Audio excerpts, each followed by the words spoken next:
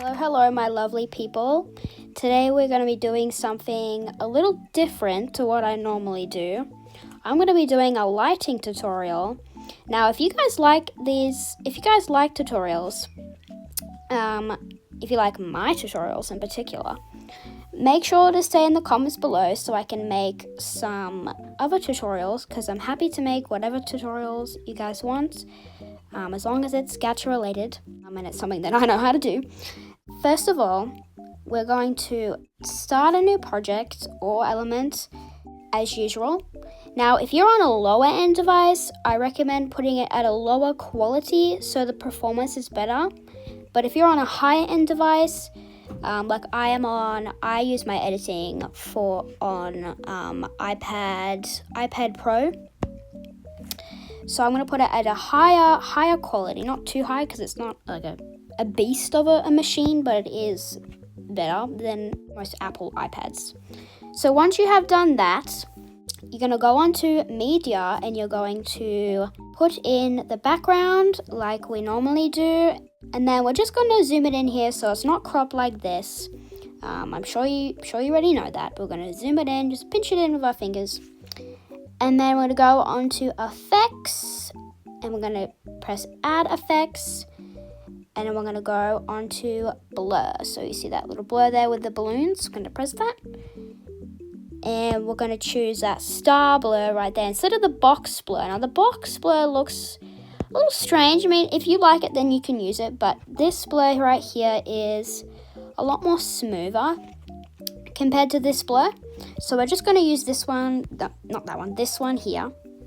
Just press standard settings there, and here's the strength. Now this is completely up to you. I mean, if you like it like this, then that's perfectly fine. If you don't like blur at all, then you don't have to use blur at all. I'm just gonna put it at right there. Seems good for me. You can always change it later. So now we're going to add our character. Now make sure our character has a green screen behind it or transparent background. If you have a transparent background for your character, then this next step you won't have to do. We're going to go onto effects again, add effects, and we're going to go onto chroma key here, which should be what you see first, or you can press this little magnifying glass here. You can just press that, and you can search it up here in chroma key. Just press on standard settings, and then increase the thresholds, not too much that it starts bleeding into other colors. So now we're going to just hide that right there. We're going to add another effect. We are going to go on to color and light. So once your solid color has loaded in, you're going to click on that little blue box there. Now for this specific lighting style, we're going to duplicate our characters layer and we're going to do some things there. Now this will make sense just in a moment, but we're actually going to leave it on this color there that it has set. Now if your background has a dominant color of, let's say, orange, so if there's a lot of orange color in your background, you're going to change it to something like this, say orange. But if your color has like green, you can change it to green. A lot of purple, you can change. A lot of pink, you can change it there. A lot of purple, so you get it. Now my color obviously has a dominant color in my background is obviously blue. So I'm gonna pick this bright blue. We're not gonna go something like here, or here. We're gonna boom like that, like the brightest eye bleeding blue color. Now, again, if this doesn't, if you do this and it doesn't look good to you, you can always change it to be a darker or maybe a lighter blue. It's totally up to you. But for what I do here in this specific lighting scenario, I'm going to pick this eye bleeding blue and it will make sense in a moment. So I'm going to click X button there. Right next to blending mode, you should see the little normal there. Click on that. And click on multiply, and then this is a lot. This is kind of screaming in your face, so we don't want that unless you like it. right now it's at 100% opacity. We want to bring that opacity down to something like there, around 69%. Now the opacity will change depending on your lighting scenario, so do whatever looks good in your lighting scenario. But since it is night and there is quite a strong blue dominant color going on, I'm going to make it quite high opacity. So right there, maybe 64%. Now we're going to hide that and we're going to duplicate this. So click that little button there and click duplicate layer. We don't want copy layer, none of that, just duplicate layer. Click on the top layer there. Go back onto effects. Go back onto solid color. We're going to make it 100% and change the blending mode to normal. Click the color again and click the eyedrop tool, and we're going to click a color in your background that is not too dark but also not too light. So mostly dark but not like super dark, not something like that, more something like here. And once you like that, you can click back on the eyedrop tool to confirm it and click out of it. And now we're going to go on blending and opacity. Click on darken and make sure that your solid color is 100%.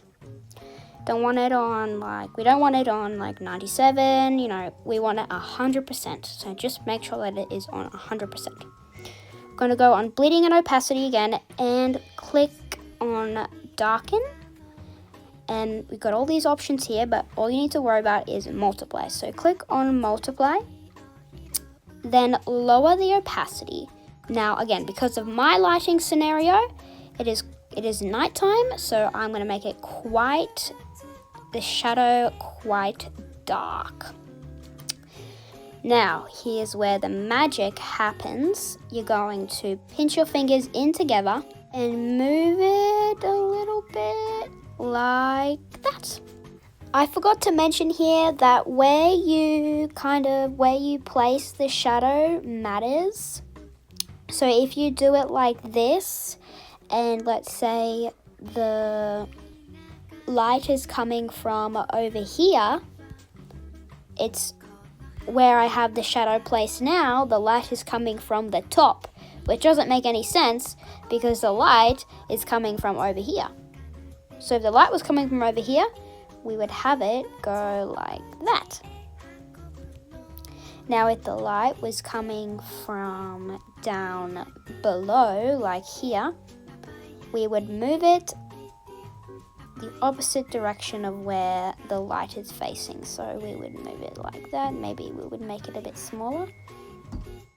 And if the light was coming from over here, again, we would move it in the opposite direction and move it over there. So yes, I forgot to mention that, but just remember that little trick. You can adjust things if you want. You can go back to the upper layer. You can change it a bit. Do whatever you need to do.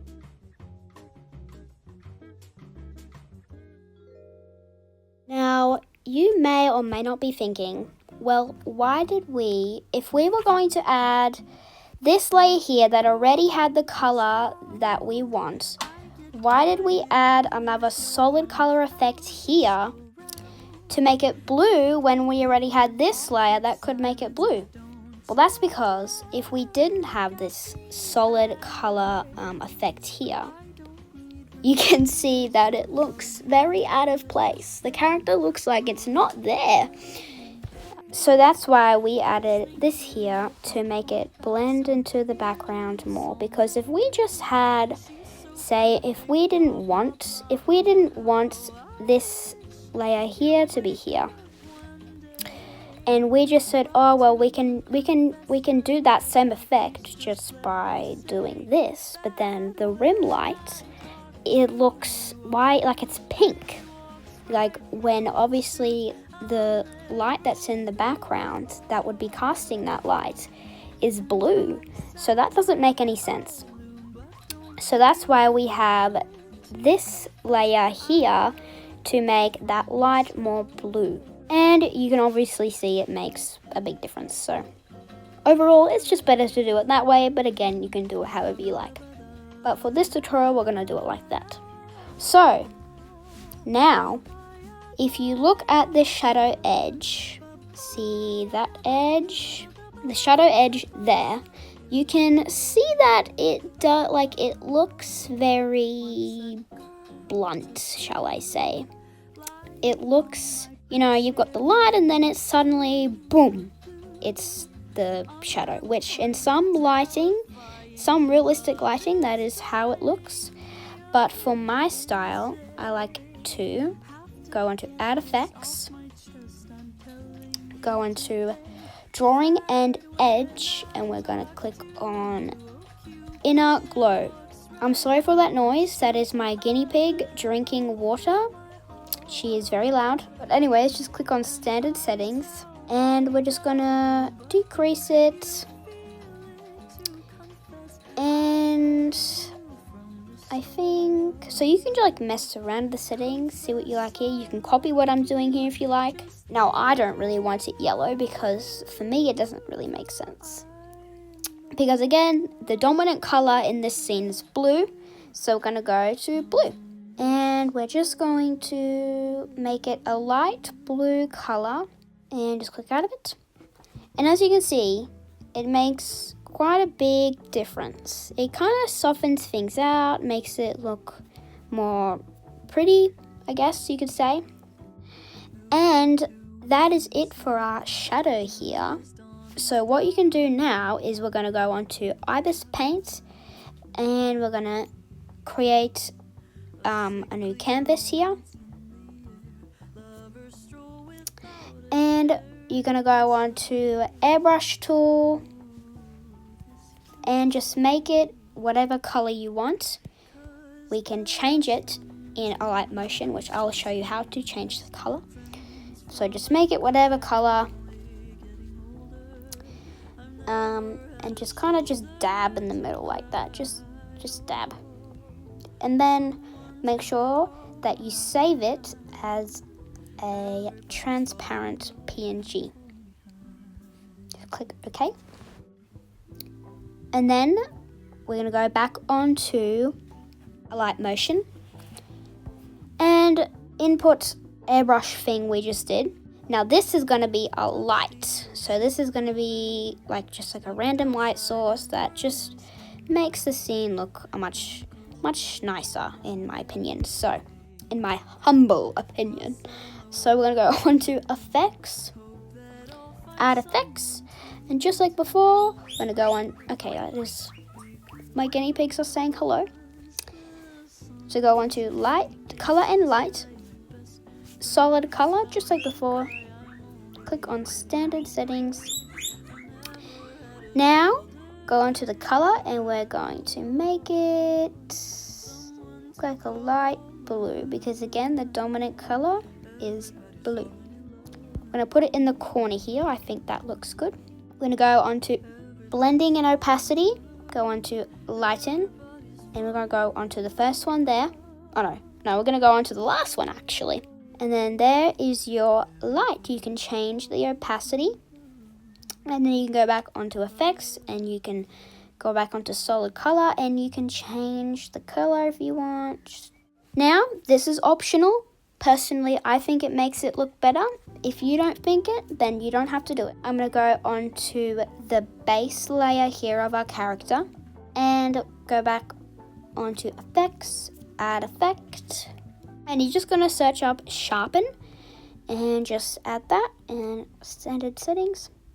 And now you can already see it makes a difference, doesn't it? It does bring out the green bit on the end. Again, I'm not really sure how to get rid of that in Alight Motion. I am used to other apps. we're just going to put it up to whatever strength you want. It could be like that if you like it. I personally like it kind of in the middle, just like that. You can mess around with it, see what you like. And then once it's something that you like, you can click on the three little dots there and click copy effect. Now go on to your next, the shadow layer here. Now if your shadow layer, if you can't see it, if it's behind like that, and you're like, oh no, why isn't it in front? Oh, what have I done?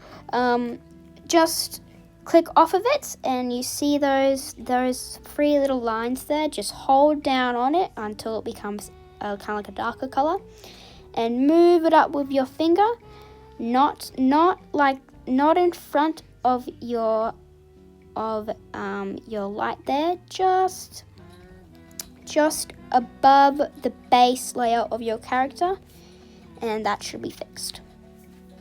And once you have copied the sharpen effect, go onto this layer here and click the three little dot at the top and click paste effect, and there we go. It kind of makes a difference, I don't know, but whatever. And then you can paste it on the rest of the layers. Now for the final effect, which is similar to what we did here with our inner glow, we can actually copy and paste that effect and paste it onto this layer here. Paste that, and as you can see, that just makes it look so much better in my opinion. And then you are done. If you like this tutorial, please say so in the comments, so then I know that I can make other tutorials. Say in the comments of what tutorials you guys would like. Now again, I have a basic understanding of Alight Motion. I don't use it. I only use it for animating. I don't use it for any of my videos except for the videos that have animations in it. I actually use Funimate. If you guys want any tutorials on Funimate, which is a really good app for Gacha, then please say so in the comments. Thank you so much for watching, and I hope this tutorial really helped you out.